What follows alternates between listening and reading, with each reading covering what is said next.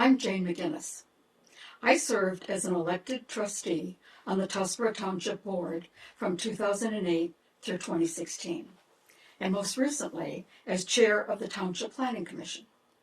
My husband, Pat McGinnis, and I have been filming township meetings since 2005. A year ago, we started the YouTube channel, Indian River Flows, so the community would have easy access to the township meetings. At the end of the January 2nd, 2024 Tuscarora Township Board meeting, during board comments, interim appointed Supervisor Bob Kramer read his manifesto on the current status of the Planning Commission. You can see his comments in full on the YouTube channel Indian River Flows. I'm going to address each of his points and set the record straight. This is the first episode in an educational series called Setting the Record Straight. That one of the key reasons the Planning Commission was disbanded was the perception that it transformed into a, quote, shadow government, end of quote, bypassing board directives and directly engaging with the county without proper approval. After all, the Planning Commission was established to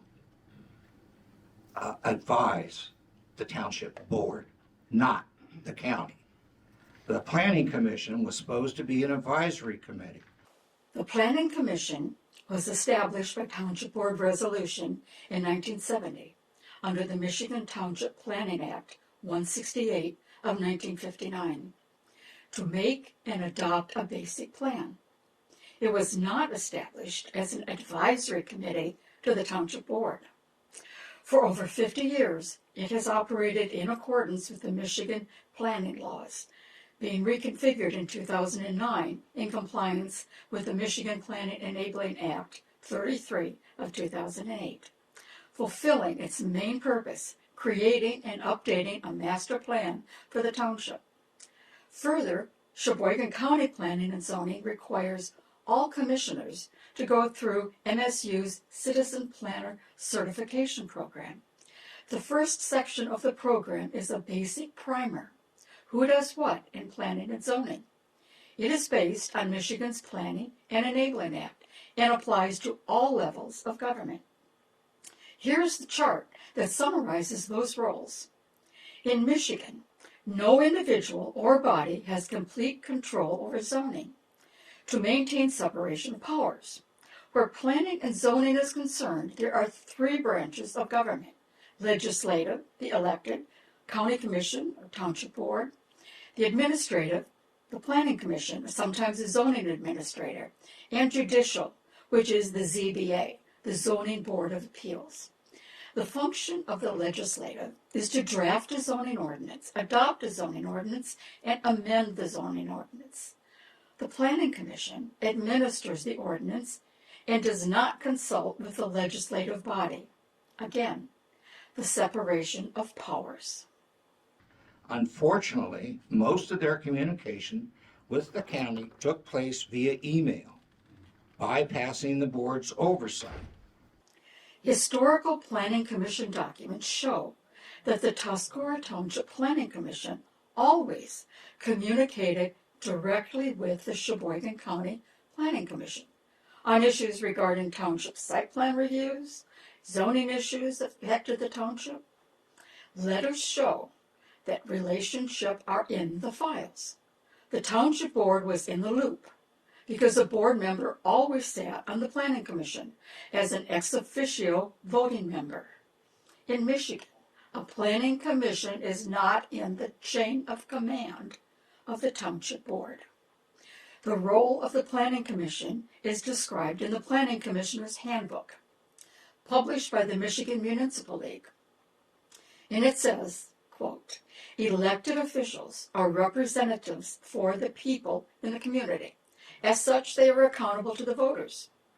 A planning commissioner, on the other hand, is a representative of the people.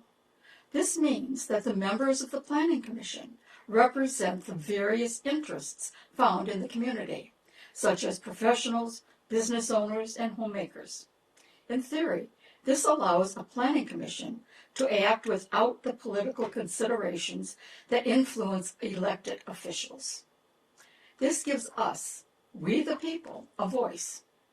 That is why the first step in creating the master plan update was a community-wide survey. In fact, community input is a mandatory requirement. Participation in the survey exceeded most expectations. That is when Mr. Kramer stepped in with a letter to NEMCOG, the Northeast Michigan Council of Governments, stating the survey was a non-starter and he would never support it. He didn't like the answers revealed in the survey. They didn't always fit with his vision for the township. So he began his campaign to make sure what the community saw as the future of the township would never be enacted. He stopped the contract with NEMCOG and eventually got rid of the Planning Commission entirely, only to form a committee made up of his appointees to the former Planning Commission, a committee never approved by the Township Board in an open meeting, a committee who would rewrite the master plan to conform with his agenda. So we're going to accomplish the same thing with the master plan. So there's a committee that's working on that, you said? I've got some folks that are going over it, working on a basic draft. Who's that? Janet Vance, Patty Tomczak, and Patty Murdoch. Under Michigan law, only a planning commission established under the Michigan Planning Enabling Act can legally create a master plan.